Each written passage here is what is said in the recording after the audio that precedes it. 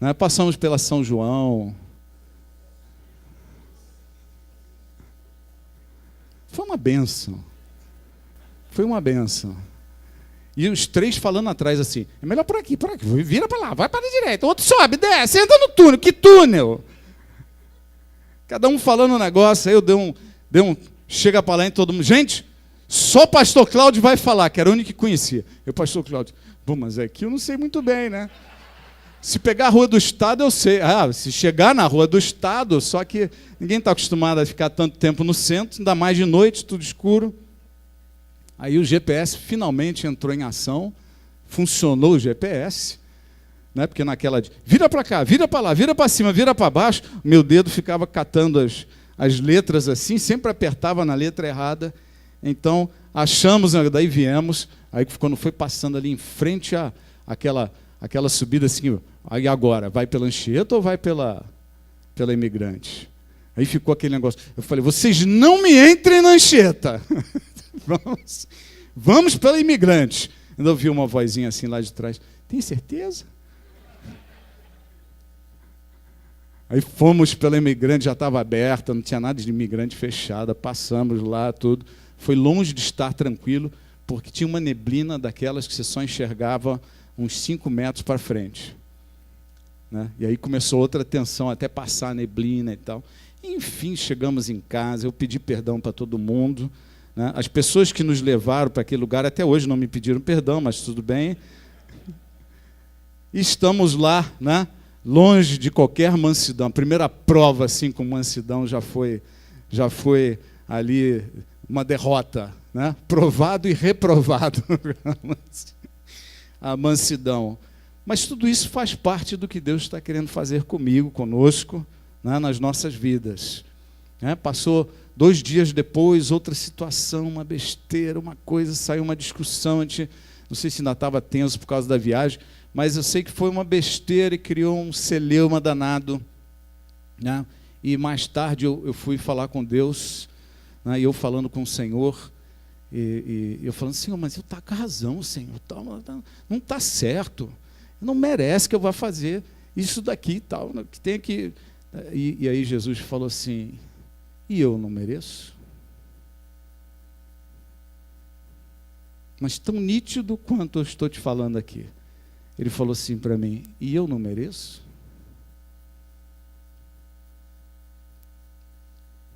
A primeira reação minha foi dizer, não, o senhor merece, mas não é com o senhor que eu estava discutindo, né?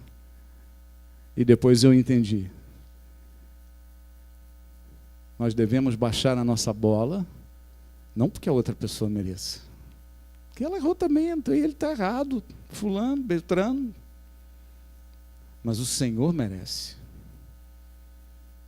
E aquilo me doeu na alma, assim, de quantas vezes que a gente acaba abrindo mão da paz e do sossego e de um espírito manso, que é agradável diante de Deus, né? Porque nós nos esquecemos de que nós devemos ser mansos por causa do Senhor.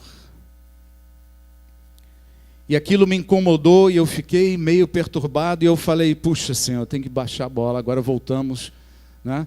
Quarta-feira começa tudo do zero. Como é que foi aquela pregação de domingo mesmo sobre mansidão? Vamos começar tudo do zero, né? Reiniciar na nossa vida, porque na realidade eu ia e vou pregar hoje, estou pregando sobre bem-aventurados os que têm fome e sede de justiça, porque serão fartos.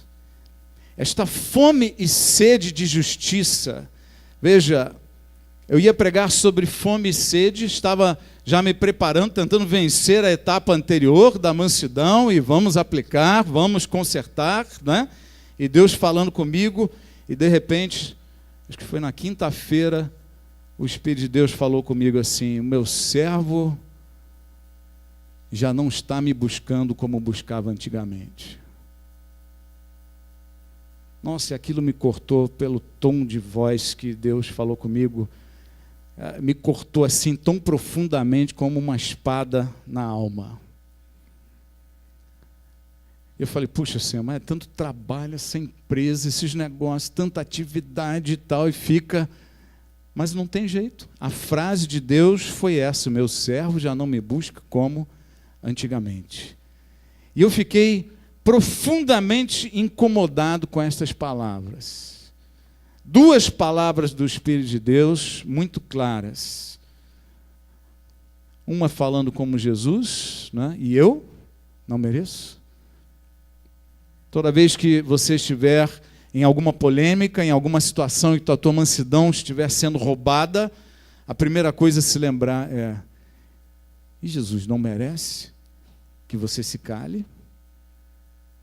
Que você recue? A pessoa talvez esteja ali com quem você esteja pelejando, não mereça. Mas a questão não é se ela merece ou não, a questão é: Jesus merece? Responda você para você mesmo. Jesus merece? Amém ou não? Merece. Repita comigo: ele merece. E aí não tinha mais discussão. Nós temos que nos calar. E diante dessa busca ao Senhor, Deus me mostrou duas pessoas com uma fome e uma sede de justiça extraordinárias. Porque esta fome e sede de justiça, lembra, só para associar um pouquinho a palavra de Deus antes de entrar um pouco mais a fundo nesse texto. A fome e sede de justiça é algo que agrada a Deus e que deve fazer parte de todo o cidadão do reino de Deus. Não de alguns, não, eu tenho fome e sede, não. Todos têm que ter fome e sede de justiça. Né? Quando Jesus nos disse: buscai em primeiro lugar o reino de Deus e a sua justiça. E todas estas outras coisas vos serão acrescentadas. Esta fome de justiça, esta fome de ter uma vida diferenciada, esta fome de ter uma família melhor, a fome de ter uma vida espiritual melhor, a fome de ter um caráter melhor, a fome de ter um temperamento melhor, a fome de ter uma ética, uma moral, uma postura melhor, de ser um filho melhor, de ser um marido melhor, de ser um pai melhor, de ser uma esposa melhor, uma mãe melhor, um chefe melhor, um subordinado melhor.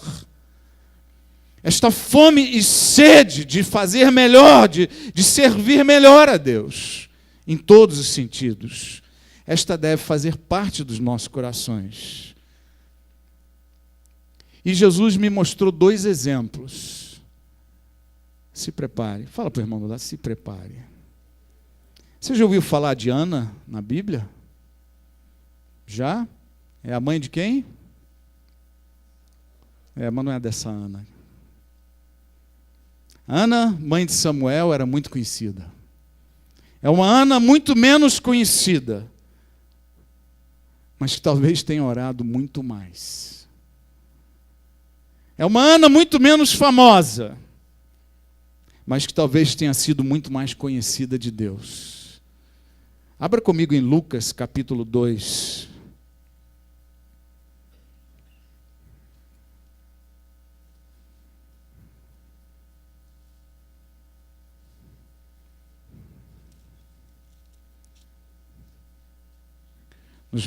A partir do verso 21, Jesus havia acabado de nascer, Maria e José saindo da manjedoura.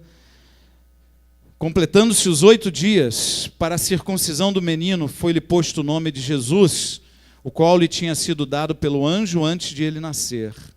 Completando-se o tempo da purificação deles, de acordo com a lei de Moisés, José e Maria o levaram a Jerusalém para apresentá-lo ao Senhor, como está escrito na lei do Senhor: todo primogênito do sexo masculino será consagrado ao Senhor, e para oferecer um sacrifício de acordo com o que diz a lei do Senhor, 2 rolinhas ou 2 pombinhos.